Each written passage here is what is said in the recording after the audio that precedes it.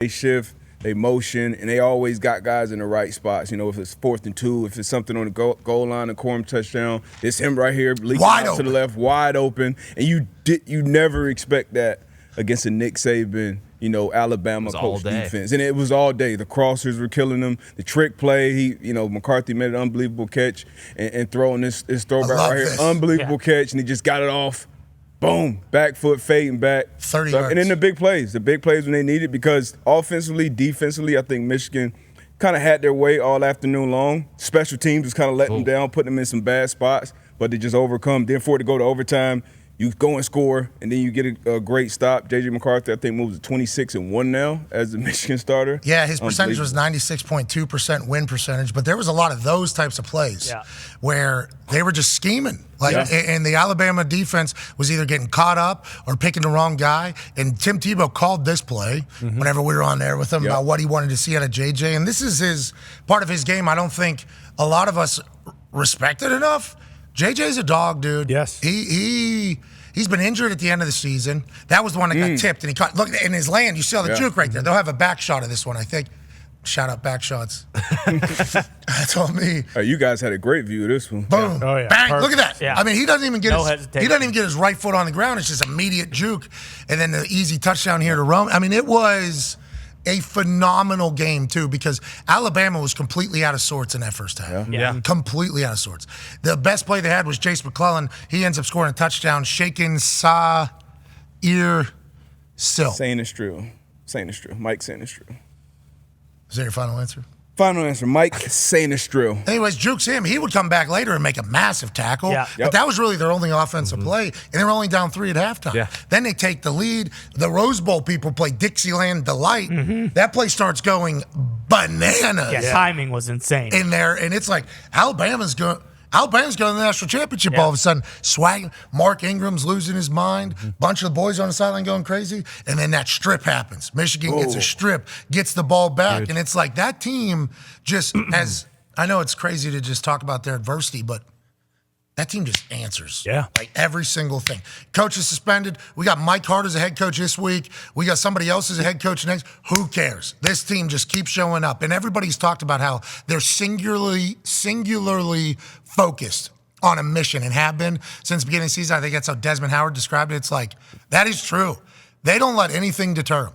Special teams kind of stinks. Who cares? Yeah. Lost their best offensive lineman. Who cares? Now, Zach, they obviously miss him, but who cares? They continue to run on Bama. Yeah. And then their defense was all over Jalen Milroe. He got sacked so much. First play of the game, he gets sacked. Then on the third play of the game, he gets sacked. I mean, there was a message very, very quick and early. This Michigan team's the real deal. This Michigan team is the real. And I apologize. I apologize to the Michigan faithful. Wow. Because I've seen a lot of them out there in California. Probably 70-30.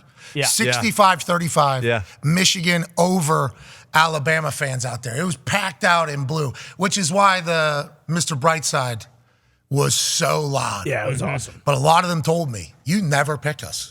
Do you know that? You never pick us. And I was like, what do you mean? It's not true.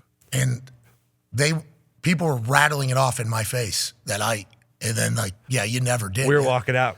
Keep picking against this McAfee. Yeah, it was literally. And I started thinking to myself, you know why I think I've picked against Michigan? What was that? It's because I'm such a firm believer in the football gods.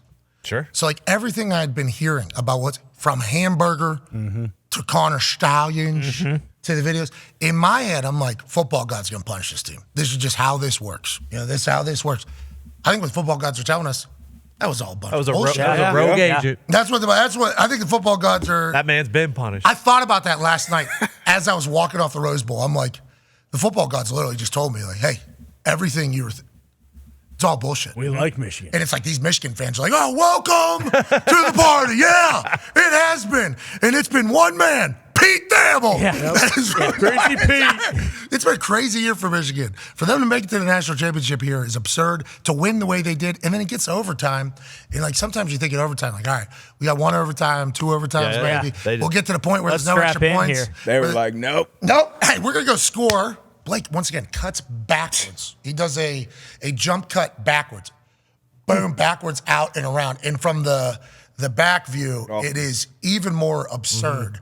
And that's just like, that's a long touchdown in the overtime. You know what I mean? Yeah. Normally, overtime, you got to work. First one, normally field goal is the case. Yeah. That jump cut there with the blocking downfield and then the finish from the 5'8", 215-yard guy, you'd be lucky you get this guy on your football team next year in the NFL. Like Gorham. He's a dog. Finds himself in the paint. And then they stop Alabama. It's like, what a win. Good for Michigan. I think in your defense, because this is the second time we've seen them, and again, like in the Big Ten championship, we're in like your suite down there, and that's absolutely close. But it's not like being on the field. Like when you're on the sidelines and you can see how physical and how fast they are, like it's just a little bit different. And I think part of it is like they played Iowa. They knew there was no way Iowa was going to win that game. But JJ was hurt. Yeah, exactly. Like they kind of played down to like they were only up 10-0 at halftime, and we were like, gee, I mean, with how good Alabama's looking, they beat Georgia. Like they're one of the hottest teams in the country right now. Like you could see why a lot of people thought Alabama was going to win, but it really was. Like I mean, there were moments in that game where, you know, like Alabama had all the momentum and the entire crowd was like Michigan, you know, we were right in front of Michigan's fan base and just dead silent. But like you said, like they always answered. When they needed to, they always answered, flipped the momentum right away. And it was very clear. Like they were the best team on that field yesterday. By far. Yeah, bar none. Coaching, strategy, scheme, formation, player, everything out there. It was the trenches pretty much. I mean, think about what the Alabama O-line, like how many sacks, how many times did Milroe get sacked? And then 6, I think, or 7. And then the Michigan O-line just kind of dominated all day in the run game. And the last time that's happened to an SEC team against a Big Ten team is wild to see, kind of. Yeah, and we learned a lot about a guy named Mason Graham. Yeah. With Big 55. Dog. And they got another 99. There it is. They got some nose tackles. 78. Playing D tackle in there. Yeah. They got a lot of meat. They got a lot of meat. Maybe that's why the damn center was throwing a bunch of ground balls back there to damn Jalen Milroe. I mean, that's a tough spot to be in as a quarterback. You know, Tim Tebow talked about it a little bit. Obviously, it's going to take your eyes, even on that last play. You know, it wasn't open. But it's going to take your eyes off the defense. You got to be worried about that every snap. That should be almost like a routine, almost like a muscle memory type thing as a quarterback in the center. So that was tough. I mean, that was head-scratching to see a Nick Saban coach team, an Alabama team in January still having, you know, snapping issues. That's something I know it's probably the deepest, most talented defensive line in the country in Michigan, but that's tough on the national stage. Yeah, I did not enjoy watching that happen for Jalen. The first touchdown, Jason McClellan, low snap. Yeah. Jalen handles it, hands it off, we're off and running. But that continued all game. Mm-hmm. And I do assume that it was thinking about old 55 and 99. Right. The other 7 that they rotate in there, 9 guys they rotate in there. But you can't have that happen. But also, Michigan forced them to play that way. Yeah. Just like Michigan forced themselves to kill Jalen Milroe. Kill. And then in that overtime, on the 4th and 2 there's a sky cam shot where Jalen Milroe could have got in. If he goes to the left. He'll be back next year. That's what they're saying. That's what they're saying, D-Butt. I don't think so. I mean, Did you see it? There's a lot of room. I saw it. I don't think so. And it snapped. He would have had to do the Blake Corum jump cut. Yep. Right? It would have had to have been an absurd jump cut. But it feels like Jalen thought that was Yeah. And old buddy was pulling. Maybe it was just a distraction. I can't even pull a guard out from where you're running the ball to on a must-have it. But like the back, you're right, side angle doesn't give him as much room. That's tough because you got Sainistrill coming off the edge, so you would have to go inside of him and then bounce out. And Milroe on a safety, though. Feel pretty good about that. He still would. I mean, it's on the 3. Anyways, joining us now is a man whose team is going to the national championship. That's right. We asked for Rich Eisen to join us yesterday. Mm-hmm. He was too locked in on the game. Yeah, nervous. He was. It was a seesaw of a game. They said he's a nervous wreck up there. Okay, so like, I think the answer was Rich says he would love to do it, but please let Pat know that